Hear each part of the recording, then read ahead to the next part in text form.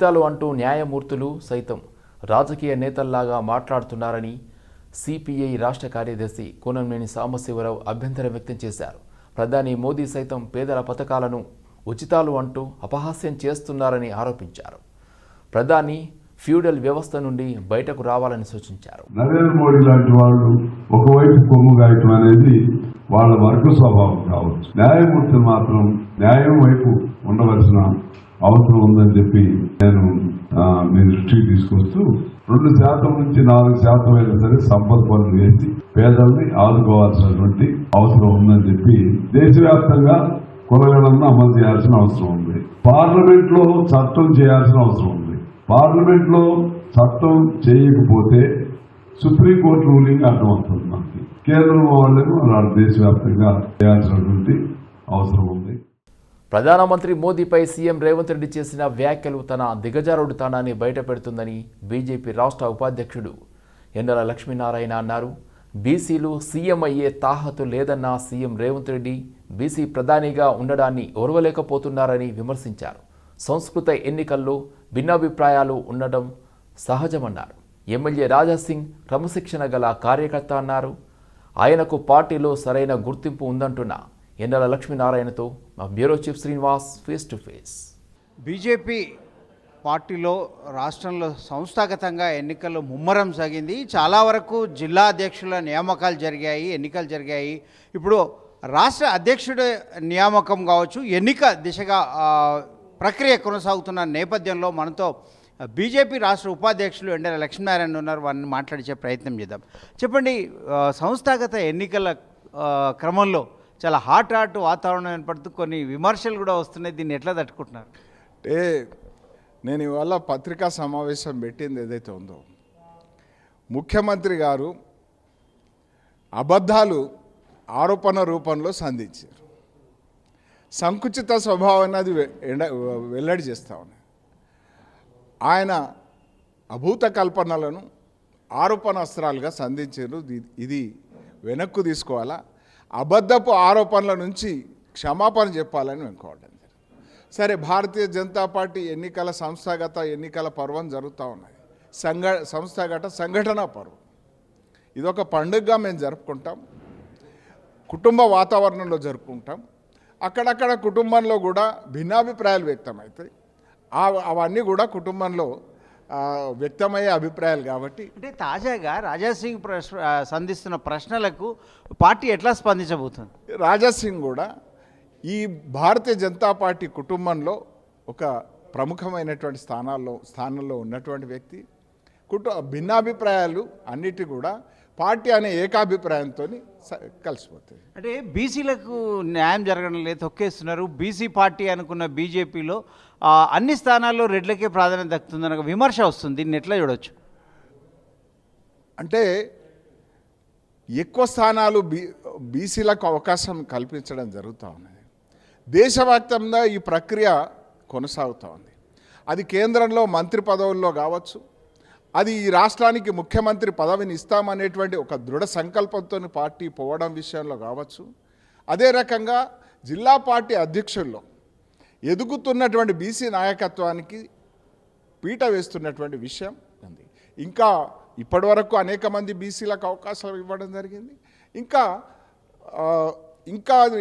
ప్రకటించాల్సినవి ఉన్నాయి. వాటిలో అత్యధిక స్థానాలు ఆ రకంగానే వస్తాయి. అలాగే సీఎం పదే ముఖ్యమంత్రి అంటే ప్రధానమంత్రి ఇట్లా అంటే బీసీ కాదు అనే ఒక విషయాన్ని ప్రజల్లోకి తీసుకెళ్తూ చేసిన వ్యాఖ్యల పట్ల పార్టీ ఇప్పటికే స్పందించింది. ఇక ముందు కార్యాచరణ ఏమైనా ఉంటుందా? ముఖ్యమంత్రి బీసీలు ముఖ్యమంత్రి కావడానికి సమర్థులు కాదు అన్నటువంటి ముఖ్యమంత్రి సోయుందా ఆయనకు? ఆయన ఎన్నికల్లో నిలబడ్డప్పటికీ ప్రపంచ ప్రశంసలు అందుకుంటూ దేశ పురోగతికి నిర్విరామంగా శ్రమిస్తూ దీని యొక్క అభివృద్ధి వేగాన్ని పెంచినటువంటి ప్రధానమంత్రి నరేంద్ర మోదీ గారు సాక్షాత్తు దేశంలో ప్రధానమంత్రిగా సమర్థుడైనటువంటి ప్రధానమంత్రిగా ఉంటే ముఖ్యమంత్రి కావడానికి బీసీలకు సమర్థత లేదని ఈయన ముఖ్యమంత్రి కావడం కోసం అనుకుంటాడు. మాటలు అంటే మాట్లాడితే కాంగ్రెస్ పార్టీ ముఖ్యమంత్రి అనేటువంటి పదవికి గౌరవం ఉండాలి, కానీ ఆ గౌరవం తగ్గించే ప్రయత్నం సబబు కాదు. ఇది మొత్తం మీద బీజేపీ ప్రధానమంత్రి, దేశ ప్రధానమంత్రి పైన చేసిన వ్యాఖ్యలు, ముఖ్యమంత్రి రేవంత్ రెడ్డి చేసిన వ్యాఖ్యలు చాలా సత్యదూరంగా ఉన్నవి. ఇవి అబద్ధపు ఆరోపణలు, వాటిలో వాస్తవం లేదు. కాంగ్రెస్ హయాంలోనే ఆ రకమైన బీసీ జాబితాలో వారి కులాన్ని చేర్చడం జరిగింది. ఆ విషయాన్ని కూడా తెలుసుకోకుండా ముఖ్యమంత్రి మాట్లాడడం ఆయన స్థాయికి తగిన వ్యాఖ్యలు కావు అవి అంటున్నారు. అలాగే ఆయన ఒక నిందితుడు, ఒక కేసులో ఆరోపణలు కూడా ఇంకా పూర్తిగా నిర్దోషిగా బయటపడలేదు. కేవలం బెయిల్ పైన వచ్చిన వ్యక్తిని ఆయన పైన మాట్లాడడానికి కూడా ఎక్కువ మాట్లాడినా బాగుండదు అన్న అభిప్రాయం వ్యక్తం చేస్తున్నారు. అలాగే సంస్థాగత ఎన్నికల విషయంలోకి వస్తే కొన్ని భిన్నాభిప్రాయాలు ఉండడం సహజము. రాజాసింగ్ వ్యాఖ్యలు కూడా ఆ కోణంలోనే మేము చూస్తాము. రాజాసింగ్ ఒక క్రమశిక్షణ గల ఒక కార్యకర్త, నాయకుడు, ఆయనకు తగిన గుర్తింపు ఉంది పార్టీలో. కాబట్టి అదంతా కూడా సంస్థాగతంగా మేము పరిష్కరించుకుంటాం, వాటిని వేరేగా చూడకూడదని కూడా చెప్తున్నారు. అసంతృప్తి ఉన్న నాయకులు సహజంగా వారి అసంతృప్తిని ఏదో రూపంలో వ్యక్తం చేయడం మాత్రం సహజంగా ఉంటుంది. కానీ బీసీలకు ఎక్కడ ప్రాధాన్యత తగ్గలేదు. ఇక ముందు ఇప్పటివరకు ప్రకటించిన సంస్థాగత స్థానాల్లో ఎక్కువ బీసీలే ఎన్నిక అవ్వడం జరిగింది. ఇక ముందు కూడా బీసీలకు ఎక్కువ ప్రాధాన్యత ఉంటుంది. బీసీలకు ఎక్కడ అన్యాయం జరగకుండా చూస్తున్నామని కూడా బీజేపీ రాష్ట్ర ఉపాధ్యక్షులు ఎండెల లక్ష్మీనారాయణ చెప్తున్న పరిస్థితి. వీడియో జర్నలిస్ట్ మురళితో శ్రీనివాస్, సిటీ విజన్, హైదరాబాద్. కేంద్ర ప్రభుత్వం రైల్వే ఉద్యోగులకు నూతన పెన్షన్ విధానాన్ని, యునైటెడ్ పెన్షన్ విధానం రద్దు చేసి ఓల్డ్ పెన్షన్ విధానాన్ని అమలు చేయాలని Indian railway employees movement old pension scheme ప్రధాన కార్యదర్శి అమిత్ మలంగి అన్నారు. హైదరాబాద్ లాలాగూడ వర్క్షాప్ మైదానంలో రైల్వే ఉద్యోగుల పాత పెన్షన్ సంరక్షణ సమితి ఆధ్వర్యంలో రైల్వే 12 డివిజన్ల ఉద్యోగులతో సభా కార్యక్రమాన్ని ఏర్పాటు చేశారు. 2004లో పెన్షన్ స్కీమ్ ఏర్పాటు చేశారు. ఈ స్కీమ్ వల్ల రైల్వే ఉద్యోగులు చాలా నష్టపోతున్నారని ఆవేదన వ్యక్తం చేశారు. ఎన్పిఎస్ తెచ్చిండ్రు ఫస్ట్ 2004లో. తెచ్చిన తర్వాత దాంట్లో గోల్డెన్ లూప్ హోల్స్ ఉండడం, నెక్స్ట్ మార్కెట్ రిలేటెడ్ ఉండడం బట్టి అది పెన్షన్గా గుర్తించట్లేదు. అది యాక్చువల్లీ పే మోడ్ అనమాట, పే మోడ్. దాన్ని బట్టి ఇప్పుడు యూపీఎస్ తెచ్చిండ్రు. యూపీఎస్లో కూడా పెన్షన్ అంటున్నారు 50%. అది కూడా మా డబ్బులతో మాకు ఇచ్చేది, అది పే ఆఫ్ అవుతుంది, అది పెన్షన్ అవ్వదు. పెన్షన్ అంటే ఇప్పుడు ఓల్డ్ ఎంప్లాయీస్కి ఏదైతే ఇస్తుందో రిటైర్మెంట్ టైంలో గవర్నమెంట్ తన తరఫు నుంచి ఇచ్చేది. ओपीएस मूवमेंट को और शक्तिशाली और मजबूत बनाने के लिए आज अब हम लोग जो मीटिंग है वो सम्मिलित हुआ है. और आप लोग जैसे देखे हैं कि हम लोग यहाँ पर बहुत सा साथी हम लोग एकत्रित हुए हैं और हम लोग ये दृढ़ निश्चय, दृढ़ संकल्प है कि ओपीएस मूवमेंट को हम लोग जीतेंगे. हालांकि सरकार जो है हम लोगों को वर्कर को जो उलझवाना चाहता है एनपीएस और ओपीएस के बीच में, लेकिन మేమందరం కార్మికులము 30 నుంచి 35 సంవత్సరాలు సర్వీస్ చేసి పెన్షన్ లేకుండా మేము ఇంటికి పోవాలి అంటే చాలా బాధాకరం అండి. అదేవిధంగా పెన్షన్ ఇప్పుడు 50% 12 నెలల యావరేజ్ ఇస్తా అంటున్నారు, కానీ మా పిఎఫ్ అమౌంట్ తీసుకొని మరీ ఇస్తా అంటున్నారు. ఇది ఎక్కడి న్యాయం మాకు అర్థమవుతలేదు సార్. మేము ఒక్కొక్క రూపాయిని విలువతో మేము కాపాడుకుంటూ మా కార్మికులను మేము పోగు చేసుకుంటాం సార్. అలాంటి డబ్బులని మాకు ఇవ్వను అంటే మా 10% కాంట్రిబ్యూషన్ అని కూడా మాకు రావట్లేదు. కాబట్టి ఈ యూపీఎస్ని కూడా మేము సంతోషిస్తలేం సార్. దీన్ని కూడా మేము వ్యతిరేకిస్తాము. ఎందుకంటే మా ఎన్పిఎస్ అనేది రైల్వే ఉద్యోగులకు పాత పెన్షన్ స్కీమ్ పద్ధతిని కొనసాగించాలని Indian railway employees committee for movement old pension scheme జాతీయ అధ్యక్షుడు సంతోష్ కుమార్ పేర్కొన్నారు. Lalaguda railway carriage work shop football గ్రౌండ్లో railway employees movement for old pension scheme ఆధ్వర్యంలో నిర్వహించిన పాత పెన్షన్ పునరుద్ధరణ కార్యక్రమానికి ఆయన ముఖ్య అతిథిగా హాజరయ్యారు. కేంద్ర ప్రభుత్వం ఏదైనా నేషనల్ పెన్షన్ స్కీమ్ విధానాన్ని తీసుకొచ్చిందో దాన్ని రద్దు చేసి ఓల్డ్ పెన్షన్ విధానాన్ని పునరుద్ధరించాలని డిమాండ్ చేశారు.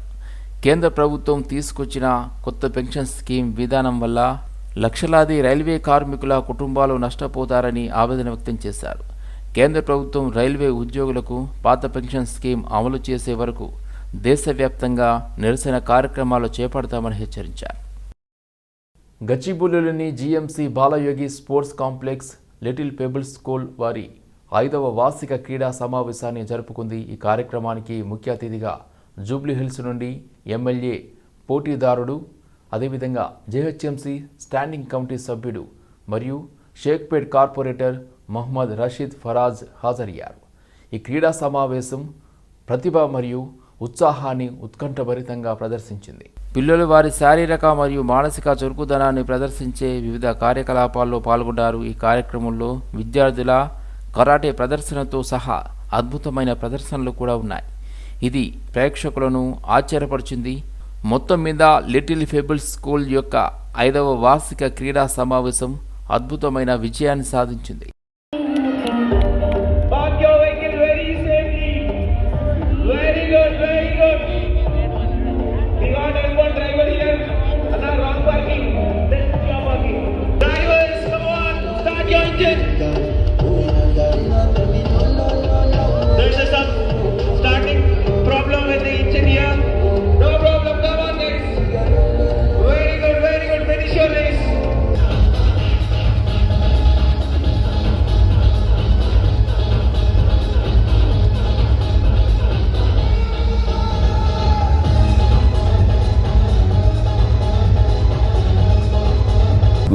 my 20+ బ్రాంచెస్ ఉన్నాయి ఇన్ ఏపీ అండ్ తెలంగాణ. మాకు ఈరోజు 5th యానివర్సరీ జరుపుకుంటున్నాము గచ్చిబౌలి స్టేడియంలో. ఇక్కడ అనేక రకాలైన గేమ్స్ ఆడిస్తున్నాము అండ్ ఫిట్నెస్ పైన మోర్ ఫోకస్ ఉన్నాము మేము. అపార్ట్ ఫ్రమ్ దట్ మేము ఫిట్నెస్ పైన ఫోకస్ ఉన్నాము. పిల్లలకి పబ్లిక్ స్పీకింగ్ పైన ఫోకస్ ఉంటాము. రేపటి రోజు వేరే స్కూల్స్లో హయ్యర్ ఎడ్యుకేషన్కి వెళ్ళినప్పుడు వాళ్ళ ఎక్కువ ఎంతూజియాస్టిక్గా అండ్ కోఆపరేటివ్ అండ్ టీమ్ కోఆపరేషన్తో వర్క్ చేసేలాగా మేము హెల్ప్ చేస్తాం వాళ్ళకి. సో దీంట్లో మేము అనేక విధాలైన మెథడ్స్ యూజ్ చేస్తూ వాళ్ళకి ఎడ్యుకేషన్ అనేది ఇస్తూ ఉంటాము. ఇక్కడ మాకు ఫర్ మోర్ డీటెయిల్స్ మీకు అడ్మిషన్స్ కావాలనుకుంటే ఏదైనా మా బ్రాంచ్లో మీరు సంప్రదించగలుగుతారు. ఫ్రాంచైజీ కావాలంటే ఈ నెంబర్ పైన కాంటాక్ట్ చేయండి 9848. హైదరాబాద్ నోవోటల్లో బిల్డర్స్ గ్రీన్ తెలంగాణ సమ్మిట్ సమావేశం నిర్వహించారు. ఈ సమావేశంలో డిప్యూటీ సీఎం బట్టి విక్రమార్క పాల్గొన్నారు. బిల్డర్స్ డెవలపర్స్ను రాష్ట్ర ప్రభుత్వం గౌరవప్రదమైన పౌరులుగా చూస్తుందని, వారు సంపద సృష్టికర్తలు, రాష్ట్ర అభివృద్ధిలో భాగస్వాములు, వారికి ప్రభుత్వం సంపూర్ణ సహకారం అందిస్తుందని డిప్యూటీ సీఎం అన్నారు. బిల్డర్స్కు ఎలాంటి ఇబ్బందులు లేని కార్యక్రమాలను రాష్ట్ర ప్రభుత్వం తీసుకుంటుందని డిప్యూటీ సీఎం అన్నారు. ఎవరైనా తప్పుడు ప్రచారాలు చేస్తే, బిల్డర్స్ డెవలపర్స్ను ఇబ్బంది పెట్టే పని చేస్తే కఠిన చర్యలు తీసుకుంటామని తెలిపారు. రాష్ట్ర అభివృద్ధికి తోడ్పడే వ్యక్తులుగా బిల్డర్స్కు సంపూర్ణ సహకారం అందిస్తాం. బిల్డర్స్కు హైదరాబాద్ స్వర్గధామం లాంటిదని డిప్యూటీ సీఎం అభిప్రాయపడ్డారు. మూసి రిజర్వేషన్ కార్యక్రమాన్ని చేపట్టాలని చెప్పి ఈ రాష్ట్ర ప్రభుత్వం చాలా కృతనిశ్చయంతో ముందు పోతుందని చెప్పడానికి కూడా నేను సంతోషిస్తాను. అట్లాగే హైదరాబాద్ నగరం ఒకటే కాకుండా భవిష్యత్తులో కూడా మేము ఈ మధ్య తీసుకొచ్చినటువంటి గ్రీన్ ఎనర్జీ పాలసీ 2025 ఒక దశాబ్ద కాలం మాకు ఎనర్జీ పాలసీ లేదు. సో ఈ కొత్త గవర్నమెంట్ వచ్చిన తర్వాత న్యూ ఎనర్జీ పాలసీ తీసుకొచ్చి ఈరోజు ప్రపంచం మొత్తం మీద ఆకర్షిస్తున్నాం. మా ముఖ్యమంత్రి రేవంత్ రెడ్డి గారు, మా శ్రీధర్ బాబు గారు నిర్దేశిస్తున్న ఇద్దరు దావస్ వెళ్తే 1,50,000 కోట్ల రూపాయలు ఇన్వెస్ట్ చేయడానికి ఈ హైదరాబాద్ ఇన్ అండ్ అరౌండ్ రాష్ట్రంలో ఇన్వెస్ట్ చేయడానికి ముందుకు వచ్చారు. ఇంకా చాలా ముందుకు వస్తా ఉన్నాం. సో గ్రీన్ ఎనర్జీ మా టార్గెట్ కూడా making very clear. By 2029-30 Sangareddy జిల్లా పటాన్చెరు నియోజకవర్గం పటాన్చెరు డివిజన్ పరిధిలోని ఎంపీపీ సమావేశ మందిరంలో సేవాలాల్ మహారాజ్ జయంతి ఉత్సవాలు నిర్వహించారు. ముఖ్య అతిథిగా పాల్గొని మహారాజ్ చిత్రపటానికి పూలమాలలు వేసి ఘన నివాళులు అర్పించారు శాసనసభ్యులు గుడం మహిపాల్ రెడ్డి. సేవాలాల్ బోధనలు ప్రతి ఒక్కరికి అనుసరణీయమని శాసనసభ్యులు గూడెం మహిపాల్ రెడ్డి అన్నారు. ఈ కార్యక్రమంలో అమీన్పూర్ మాజీ ZPTC Sudhakar Reddy, market committee మాజీ director Ailesh, Ramachandrapuram MEO PP Rathod, Patan Cheruvu MEO Nageshwar Naik, GHMC deputy commissioner Suresh తదితరులు పాల్గొన్నారు. సందర్భంగా ఆయన యొక్క జయంతి సందర్భంగా శుభాకాంక్షలు. మీరు ఈ కార్యక్రమానికి హాజరై సేవాలాల్ జయంతిని ప్రజలందరి ముందు జరుపుకునే జయంతిని ఈరోజు ప్రభుత్వం బంజారా జాతి ఔన్నత్యాన్ని ప్రపంచానికి చాటి చెప్పిన మహనీయులు సంత్ సేవాలాలని మాజీ మంత్రి సనత్ నగర్ ఎమ్మెల్యే తలసాని శ్రీనివాస్ యాదవ్ అన్నారు. అమీర్పేట్ డివిజన్లోని బాపు నగర్లో సేవాలాల్ జయంతి నిర్వహించారు. ఈ సందర్భంగా సేవాలాల్ చిత్రపటం వద్ద ఎమ్మెల్యే తలసాని శ్రీనివాస్ యాదవ్ నివాళులర్పించారు. గిరిజనులకు దశా దిశను బోధిస్తూ సన్మార్గంలో నడిపించేందుకు కృషి చేశారని పేర్కొన్నారు. జంతు బలిని తీవ్రంగా వ్యతిరేకించారని చెప్పారు. ధర్మ ప్రచారం, ఆర్థిక సంస్కరణలు, మత మార్పిడులను అరికట్టారని అన్నారు. అటువంటి గొప్ప వ్యక్తి జన్మదిన వేడుకలను పండుగ మాదిరిగా జరుపుకోవడం సంతోషంగా ఉందన్నారు. కేసీఆర్ను బహిష్కరించాలన్న రేవంత్ రెడ్డి వ్యాఖ్యలపై మాజీ మంత్రి ఎమ్మెల్యే వేముల ప్రశాంత్ రెడ్డి స్పందించారు. రేవంత్ రెడ్డికి మానసిక వ్యాధి ఉందన్నారు. ముఖ్యమంత్రిగా ప్రజలు ఎవరూ ఆయన్ని గుర్తించడం లేదన్నారు. సొంత పార్టీ నాయకులే ముఖ్యమంత్రి పేరు మర్చిపోతున్నారని వేముల విమర్శించారు. నేను మొన్న చెప్పిన నాకు ఒక మానసిక వ్యాధి వచ్చింది అని. పాపం ఆయన్ని ముఖ్యమంత్రిగా ఆయన ఎవరు గుర్తుపడతలేరు, ఆయన పేరు చెప్తలేరు. ఆయన సొంత పార్టీ నాయకులు కూడా ఆయన పేరు మర్చిపోతున్నారు. ఇక టీవీలు పెట్టంగానే ముఖ్యమంత్రిని ఒకటే తిట్టుడు ప్రజలు. ఇవన్నీ చూసి ఆయనకు మతి భ్రమించి ఇగో ఇట్లాంటి మాటలు మాట్లాడుతూ ఉన్నాడు. కేసీఆర్ని తెలంగాణకి వెళ్ళి బహిష్కరిస్తారా అండి? అసలు తెలంగాణను పుట్టించింది ఎవరు? తెలంగాణ ఉద్యమం పెట్టింది ఎవరు? ఏ ఊర్లో పోయి అడిగినా, చిన్న పిల్లగాడి నుంచి ముసలోళ్ళ దాకా అడిగినా కానీ తెలంగాణ పెట్టింది ఎవరు అంటే కేసీఆర్ అని చెప్తారు. తెలంగాణను పుట్టించింది ఎవరు అంటే కేసీఆర్ అని చెప్తారు. 15 సంవత్సరాలు తెలంగాణ కోసం దిక్కు దివాన లేని రోజు ఒక్కడిగా బయలుదేరి 15 ఏళ్ళు పోరాటం చేసి ఎన్నో పదవులకు త్యాగాలు చేసి ఎమ్మెల్యే పదవికి, ఎంపీ పదవికి, కేంద్ర మంత్రి పదవికి త్యాగాలు చేసి సావు నోట్లో తలబెట్టి తెలంగాణను తెచ్చిన వ్యక్తి కేసీఆర్. నల్గొండ జిల్లా బీజేపీ కార్యాలయంలో సమావేశం నిర్వహించారు. శాసనమండలిలో ఉపాధ్యాయులు, పట్టభద్రులు, నిరుద్యోగుల సమస్యలను లేవనెత్తి బీఆర్ఎస్ తీరును ఎండగడతామని, కాంగ్రెస్ ప్రభుత్వం ఇచ్చిన హామీలు విఫలంపై నిలదీస్తామని కేంద్ర మంత్రి కిషన్ రెడ్డి అన్నారు. ఎమ్మెల్సీ ఎన్నికల ప్రచారంలో భాగంగా నల్గొండలో ఉపాధ్యాయులతో మీట్ అండ్ గ్రీట్ అనే కార్యక్రమంలో పాల్గొని ప్రసంగించారు. ఈ నెల 27న 2 ఉపాధ్యాయులు, 1 పట్టభద్రుల ఎమ్మెల్సీ స్థానాలకు ఎన్నికలు జరగనున్నాయని కేంద్ర మంత్రి జి కిషన్ రెడ్డి అన్నారు. ఉపాధ్యాయులు, నిరుద్యోగులు, పట్టభద్రుల విషయంలో మాట్లాడాల్సిన బీఆర్ఎస్ ఎక్కడా వారి సమస్యలపై ప్రస్తావించలేదన్నారు. కాంగ్రెస్కు ఒకే సంవత్సరంలో వ్యతిరేకత వచ్చిందన్నారు.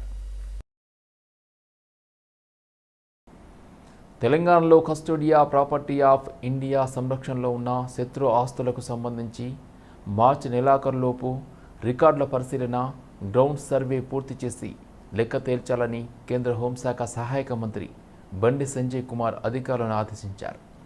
హైదరాబాద్ బేగంపేటలోని హోటల్ టూరిజం ప్లాజాలో రాష్ట్రంలోని హైదరాబాద్, రంగారెడ్డి, కొత్తగూడెం, వికారాబాద్ జిల్లాలోని 8 ప్రాపర్టీస్పై కేంద్ర మంత్రి బండి సంజయ్ సమీక్షా సమావేశం నిర్వహించారు. ఈ సందర్భంగా బండి సంజయ్ తొలుత రంగారెడ్డి జిల్లాలోని 8 ప్రాపర్టీస్పై వివరాలను అడిగి తెలుసుకున్నారు.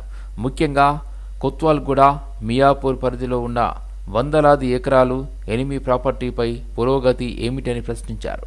జిల్లా కలెక్టర్ నారాయణ రెడ్డి సర్వే నెంబర్ల వారీగా పురోగతిని వివరించారు.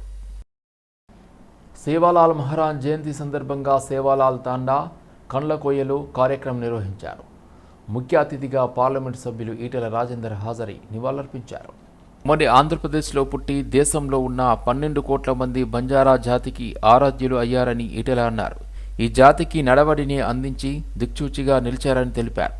ఇవాల్టికి కూడా గూడుకి ఉపాధికి దూరమై కష్టనష్టాలు అనుభవిస్తున్న జాతి లంబాడి జాతి అన్నారు. వీరంతా భూమిని, కష్టాన్ని, ధర్మాన్ని నమ్ముకున్నవారని ఈ బాధలన్నీ బయటపడే రోజు త్వరలోనే వస్తుందన్నారు.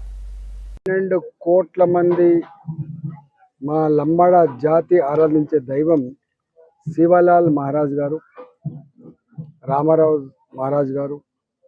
మేము ఆరాధించేటువంటి దైవం జగదంబిక మాత. 286వ జన్మదినాన్ని పురస్కరించుకొని దేశవ్యాప్తంగా ఇవాళ శివలాల్ మహారాజ్ గారి యొక్క జయంతి ఉత్సవాన్ని జరుపుకుంటూ ఉన్నాం. తెలంగాణ గడ్డ మీద మల్కాయిరి పార్లమెంట్లో మా రాజబొల్లారం తండ, పాత తండ, మేము ఈ ఊరు వాసులం. ఇక్కడ జరుపుకోవడం సంతోషాన్ని కలిగించింది. నరేంద్ర మోడీ గారు మొట్టమొదటిసారిగా లంబాడా జాతి వివిధ రాష్ట్రాల్లో విస్తరించి ఉన్నప్పటికీ కూడా సంస్కృతి, సాంప్రదాయాలు, ఇవాళ ఆరాధ్యం అంతా ఒకటిగా ఉన్నటువంటి జాతి మన మహారాష్ట్రలో ఈ జాతి సంస్కృతిని, గౌరవాన్ని కాపాడడం కోసం ఒక పెద్ద స్ఫూర్తి కేంద్రాన్ని 1000 కోట్ల రూపాయలు ఖర్చు పెట్టి ఈ సంస్కృతిని, సాంప్రదాయాన్ని కాపాడే దానికోసం, ఈ జాతి ఔన్నత్యం, గౌరవాన్ని రాబోయే తరాలకు అందించడం కోసం గొప్ప కేంద్రం కూడా నిర్మాణం కాబోతా ఉంది. ఈ మధ్యనే భారతీయ జనతా పార్టీ పార్లమెంట్ సభ్యులుగా మేము కల్చర్ మినిస్టర్ కలిసి కాంగ్రెస్ పార్టీకి రేవంత్ రెడ్డికి బీసీలకు న్యాయం చేయాలనే చిత్తశుద్ధి ఉంటే ముఖ్యమంత్రి రేవంత్ రెడ్డి వెంటనే రాజీనామా చేసి బీసీని ముఖ్యమంత్రి చేయాలని జై భీమ్ రావ్ భారత్ పార్టీ రాష్ట్ర కార్యనిర్వాహక అధ్యక్షులు ఎర్రా కామేష్ డిమాండ్ చేశారు. సోమాజిగూడ ప్రెస్ క్లబ్లో సమావేశం నిర్వహించారు. రాష్ట్ర ప్రభుత్వం కులగణన పేరుతో బీసీలకు అన్యాయం, అగ్రవర్ణాలకు ప్రయోజనం చేసేలా వ్యవహరిస్తుందని మండిపడ్డారు. బీసీలను 50% లోపుగా చూపించడం, 2014లో 8% ఉన్న అగ్రవర్ణాలను ఇప్పుడు 15% చూపించడం వెనుక కుట్ర దాగి ఉందని మండిపడ్డారు. 21 లక్షలకు పైగా బీసీలు చనిపోయారనడం ఎవరిని మోసం చేయడానికి అని ప్రశ్నించారు. కేటీఆర్ కవితలకు ఆ పదవి పోయేసరికి బీసీలు గుర్తుకు వచ్చారని, బీసీల మొదటి ద్రోహి బీజేపీ పార్టీ అని విమర్శించారు. మొట్టమొదటిసారి ఒక సోమాజిగూడ ప్రెస్ క్లబ్లో, అది కూడా నిన్న మిత్రుడు చెప్పిండు, ఇండియాలోనే 2వ అతిపెద్ద ప్రెస్ క్లబ్ అని చెప్పి, అందులో ఈ యొక్క సమావేశం ఏర్పాటు చేసినందుకు, మీ అందరూ ఇక్కడికి ఇచ్చేసినందుకు నమస్కారం తెలియజేసుకుంటూ, ఏదైతే తెలంగాణ రాష్ట్రంలో మనం చూసుకున్నట్టయితే కాంగ్రెస్ పార్టీ అధికారంలోకి వస్తే బీసీల యొక్క కులగణన చేపడతామని చెప్పి ఏదైతే బీసీ కులగణన చేపట్టినదో అది రేవంత్ రెడ్డి గారు నిన్న కూడా నేనే అయితే చిట్ట చివరి రెడ్డి సీఎం కావాల్సింటున్నాడు. మేమేమంటున్నాం అంటే జేబీపీ పార్టీగా ఒకటే డిమాండ్ చేస్తున్నాం, కాంగ్రెస్ పార్టీకి కానీ రేవంత్ రెడ్డికి కానీ నిజంగా బీసీల మీద అంత ప్రేమ ఉంటే ముందు మీరు రాజీనామా చేసి బీసీని ముఖ్యమంత్రిగా చేయాలని చెప్పి మేము ప్రధానంగా డిమాండ్ చేస్తున్నాం. ఎందుకంటే మనం పాలకులం అయితేనే మనకేం కావాలో తెలుస్తుంది. అగ్రవర్ణ నాయకులు అధికారంలో కూర్చొని ఏదైతే 2014 సమగ్ర కుటుంబ సర్వే చేసిందో అప్పటికి ఇప్పటికీ సమాజంలో ఆడపిల్లలు ఎదుర్కొంటున్న ప్రతి సమస్యకు విద్య ఏకైక పరిష్కారమని తెలంగాణ ఆడపిల్లల సమాజ సమైక్య సభ్యులు, వివిధ జిల్లాలకు చెందిన విద్యార్థినులు స్పష్టం చేశారు. సోమాజిగూడ ప్రెస్ క్లబ్లో విద్యార్థినులు పూజ, మైత్రి తమ సమస్యలపై మాట్లాడారు. హైదరాబాద్, రంగారెడ్డి, వికారాబాద్, సూర్యాపేట, గద్వాల విద్యార్థినులు తెలంగాణ ఆడపిల్లల సమాన సమైక్య ద్వారా అధికారులతో సమన్వయం ద్వారా ఆడపిల్లల సమస్యలకు పరిష్కారం కేవలం విద్య ద్వారానే సాధ్యమనే అంశాన్ని ప్రభుత్వానికి తెలియజేయడానికి పూనుకోవడం జరిగిందని అన్నారు. దీనికి ప్రధానంగా రాష్ట్ర బడ్జెట్లో విద్యకు 15% బడ్జెట్ను కేటాయించడం ముఖ్యమైన అంశమని అన్నారు. రాష్ట్ర ప్రభుత్వం వెంటనే విద్యా ప్రాధాన్యతను గుర్తించి చర్యలు తీసుకోవాల్సిందిగా కోరారు. విద్య ఏకైక మార్గం అని చెప్పి వివిధ జిల్లాలలో రంగారెడ్డి, వికారాబాద్, సూర్యాపేట, హైదరాబాద్, గద్వాల్ ప్రాంతాల్లో ఈ ఆడపిల్ల సమానత్వ సమాఖ్య ఆధ్వర్యంలో వాళ్ళ సమస్యల పరిష్కారానికి వాళ్ళు అక్కడ వివిధ అధికారులతో సమస్యల పరిష్కారానికి చొరవ చూపించారు. ఆ చొరవల ఫలితమే వాళ్ళ సమస్యల పరిష్కారానికి ఏకైక మార్గం విద్య అవకాశాలు మెరుగుపరిస్తే కానీ ఆడపిల్లలు భవిష్యత్తు బాగుంటుందని చెప్పి వాళ్ళు ఈరోజు ఈ ప్రెస్ మీట్ ఏర్పాటు చేయడం జరిగింది. ముఖ్యంగా ఈ సమస్య పరిష్కారానికి ప్రభుత్వాలు ఆలోచనలు మారాలి. ప్రభుత్వం వాళ్ళ బడ్జెట్లో 15% పెంచితే కానీ విద్యా అవకాశాలు మెరుగుపడతాయి. తద్వారా ఆడపిల్ల భవిష్యత్తు బాగుంటుందని చెప్పి వాళ్ళు నమ్మి ఈరోజు ఈ మీడియా సమావేశం ద్వారా ప్రభుత్వానికి తెలియజేయడం జరిగింది. అసలు టాస్క్ తెలంగాణ ఆడపిల్లల సమానత్వ సమైక్యలో స్టేట్ కమిటీ మెంబర్. నేను 15% బడ్జెట్ కోసం ఇప్పుడు ఎడ్యుకేషన్కి కేటాయించాలి. గవర్నమెంట్ ఏంటంటే మాకు ప్రభుత్వం ఇప్పుడున్న ప్రభుత్వం ఏంటంటే మాకు మాట ఇచ్చింది, వాళ్ళ బడ్జెట్లో 15% బడ్జెట్ మా ఎడ్యుకేషన్ కోసం కేటాయిస్తున్నారు. సో గవర్నమెంట్ ఏదైతే మాకు చెప్పారో ఏదో కేటాయిస్తామని 15%, అది మేము కోరుకుంటున్నాం. ఎందుకంటే ఇప్పుడు ఎడ్యుకేషన్లో మాకు చాలా మట్టుకు ఏంటంటే ప్రాబ్లమ్స్ ఫేస్ చేస్తున్నాం. ఎడ్యుకేషన్ కోసం చాలా మంది డ్రాప్ అవుట్స్ అవుతున్నారు. ఎందుకంటే గవర్నమెంట్ స్కూల్లో అసలైన సరి అయిన ఫెసిలిటీస్ లేక గవర్నమెంట్ నుంచి మాకు ఇస్తానన్న 15% బడ్జెట్ రావట్లేదు. కాబట్టి గవర్నమెంట్ స్కూల్స్లో మేము కొన్ని సిచ్యువేషన్స్ ఫేస్ చేస్తున్నాం. లంగర్ హౌస్ పోలీస్ స్టేషన్ పరిధిలో గత నెల 15వ తేదీన జరిగిన దొంగతనం కేసును లంగర్ హౌస్ పోలీసులు ఛేదించారు. 12 తులాల బంగారాన్ని దొంగిలించినట్లు ఫిర్యాదుదారుడు లంగర్ హౌస్ పోలీసులకు ఫిర్యాదు చేశాడు. అందులో భాగంగా 4 గ్రూపులు వాడిన పోలీసులు విచారణ చేపట్టి సుమారు 100 కెమెరాలను పరిశీలించి 3 నిందితులను అదుపులోకి తీసుకుని న్యాయ నిమిత్తం కోర్టుకు తరలించారు. ఈ 3 నేరస్తులపై పలు పోలీస్ స్టేషన్లలో దొంగతనం కేసులు ఉన్నట్లు పోలీసులు నిర్ధారించారు. వీరి వద్ద నుండి బంగారంతో పాటు 3 సెల్ ఫోన్లను స్వాధీనం చేసుకున్నారు. జనవరి 15వ తారీఖు ఒక బర్గ్లరీ జరుగుతుంది. ఇందులో మనకు కంప్లైనెంట్ ఇమీడియట్ వచ్చేసి మనకు రిపోర్ట్ చేస్తారు. వాళ్ళ ఇంట్లో సుమారు 9.75 తులాస్ గోల్డ్, తర్వాత మిగతా కొన్ని ఆర్నమెంట్స్ పోయినాయని చెప్పేసి మనకు కంప్లైంట్ ఇవ్వడం జరుగుతుంది. ఇమీడియట్ మనము ఎఫ్ఐఆర్ రిజిస్టర్ చేసి క్రైమ్ టీమ్స్ని ఇమీడియట్ రంగంలోకి దించడం జరుగుతుంది. డిఐ గోల్కొండ గారి ఆధ్వర్యంలో ఒక సుమారు 4 టీములు దాదాపు 100 అబోవ్ సీసీ కెమెరాస్ను వెరిఫై చేస్తారు. ఆ ఫుటేజ్ని వెరిఫై చేస్తే రీసెంట్గా మనకు ఒక బ్రేక్ త్రూ వస్తుంది. ఆ బ్రేక్ త్రూ వచ్చిన తర్వాత ఆ ఇన్ఫర్మేషన్ను మనం డెవలప్ చేయడంలో భాగంగా మనకు 3 అక్యూజులు ఐడెంటిఫై అవుతారు. సో వాళ్ళు ఆర్ఏ సాయి, ఇతను వచ్చేసరికి వీళ్ళంతా దాదాపు కూకట్పల్లి ఏరియాలో నివాసం ఉంటారు, బట్ నేటివ్ ఆఫ్ గుంటూరు. తర్వాత డేవిడ్ రాజు, ఇతను కూడా same Saibaba Nagar colony Kukatpally. Next Sai Kumar, same ఇతను కూడా విఆర్ మెన్స్ హాస్టల్ దగ్గర కూకట్పల్లిలో ఉంటారు. సో వీళ్ళ 3 దగ్గరికి వెళ్ళి మనము